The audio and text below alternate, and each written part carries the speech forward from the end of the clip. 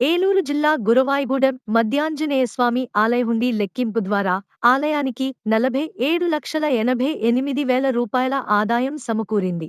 55 రోజులకు సంబంధించిన హుండీలను లెక్కించడంలో కరూర్ వైశ్య బ్యాంక్ సిబ్బంది పర్యవేక్షణ అధికారి ఏ సృజన్ కుమార్ లెక్కింపు చేపట్టారని ఆలయ కార్యనిర్వహణ అధికారి ఏ కొండలరావు తెలిపారు.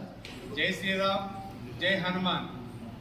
ఏలూరు జిల్లా జంగారెడ్డిగూడెం మండలం గురవాయిగూడెం గ్రామంలో వేంచేస్తున్న శ్రీ మధ్యాంజనేయ స్వామి వారి దేవాలయంలో నవంబర్ 14వ తేదీ నుండి డిసెంబర్ 12వ తేదీ వరకు కార్తీక మాస మహోత్సవాలు అత్యంత వైభవంగా జరిగాయి. తదుపరి డిసెంబర్ 26వ తేదీ వరకు హనుమత్ దీక్షలు మహాపూర్ణాది కార్యక్రమంతో ఈ ఉత్సవాలు కార్యక్రమం ముగిసింది.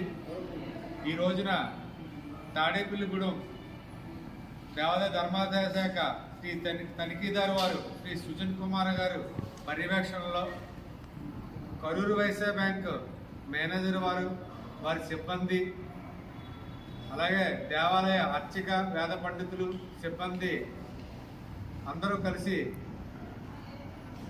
ఈరోజు హుండీ లెక్కింపు కార్యక్రమం పూర్తవడం జరిగింది. 55 రోజుల కాను దేవాలయం హుండీ నోట్లు 38,48,250 రూపాయలు, చిల్లర నాణ్యాలు 2,56,725 రూపాయలు, వెరసి 41,04,975 రూపాయలు.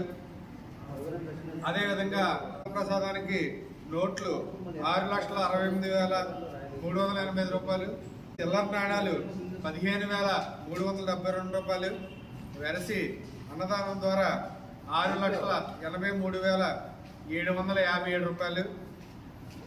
మొత్తం మీద 55 రోజులు కాను దేవాలయం తాలూకు హుండీలు లెక్కింపుగా 47,88,732 రూపాయలు ఆదాయం సమకూరింది.